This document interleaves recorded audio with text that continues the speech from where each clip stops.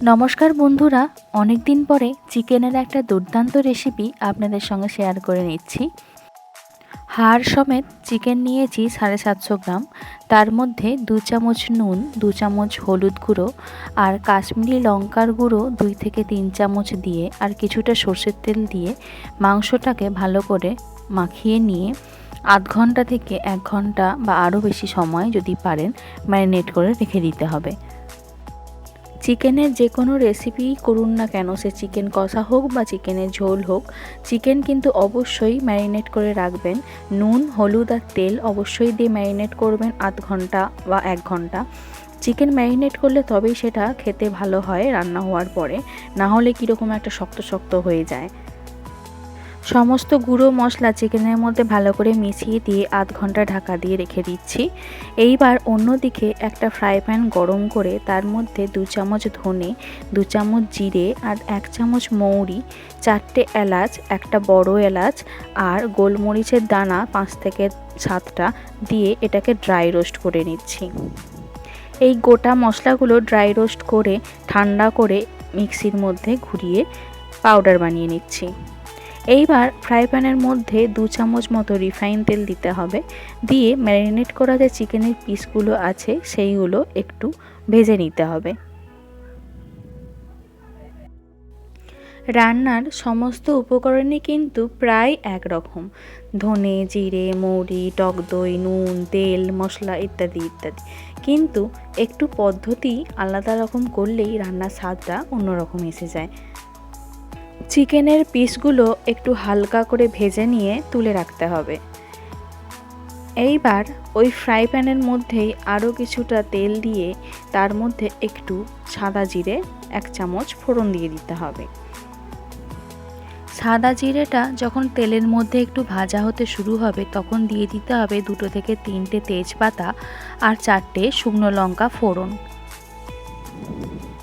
এই সমস্ত উপকরণগুলো একটু ভেজে নেওয়ার পরে কুচো করে রাখা 2টো মিডিয়াম সাইজের পেঁয়াজ ভেজে নিতে হবে।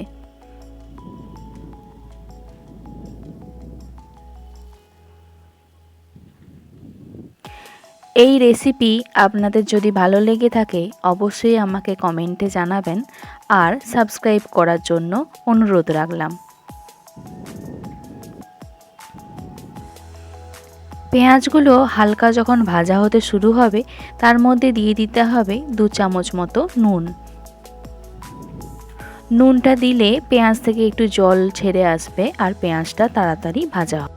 হালকা যখন লালচে বর্ণ হয়ে যাবে পেঁয়াজগুলো তখন দিয়ে দেব 1 চামচ আদা বাটা আর 2 চামচ রসুন বাটা।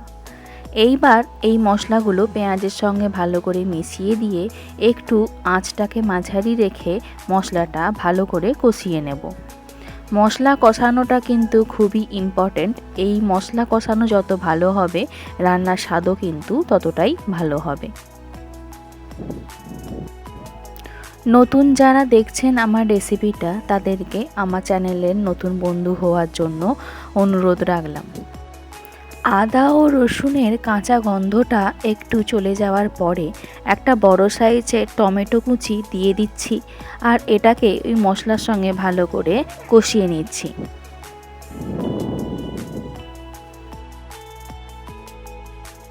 টমেটো কুচিগুলো হালকা আঁচে কিছুক্ষণ ভাজলেই দেখবেন গলে গেছে।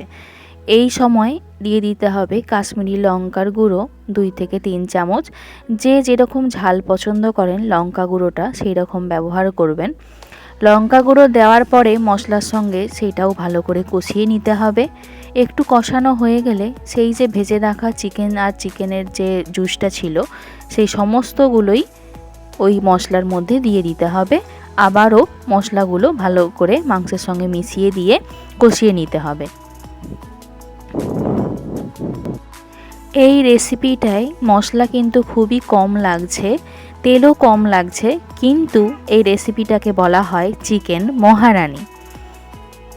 স্বাদে এতটাই খেতে সুন্দর হয় তাই নামকরণটা এটা হয়েছে। এইবারে মাংসটা যখন কষানো হয়ে গেল তখন দিয়ে দিতে হবে সেই আগে থেকে গুঁড়ো করে রাখা মশলা 2 চামচ। আবার এই মশলাটা মাংসের সঙ্গে ভালো করে মিশিয়ে দিতে হবে।